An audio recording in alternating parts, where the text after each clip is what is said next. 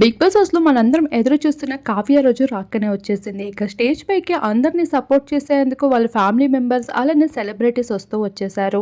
ఇక నిఖిల్ కోసం పెద్ద సర్ప్రైజే బిగ్ బాస్ అనౌన్స్ చేస్తూ కనిపించేశారు. అయితే ఇక్కడ నిఖిల్‌కి రాడ్ దింపే విధంగా అయితే శివాజీ అడుగుపెట్టి "విష్ణు నువ్వు టాప్ 1లో ఉండాలమ్మా. నీ గేమ్ చాలా బావుంటుంది. కాస్త ఆట తీరు మార్చు. ఇండివిడ్యువల్‌గా ఆడి చూడు" అంటూ మంచి బూస్టప్పే ఇచ్చేశారు.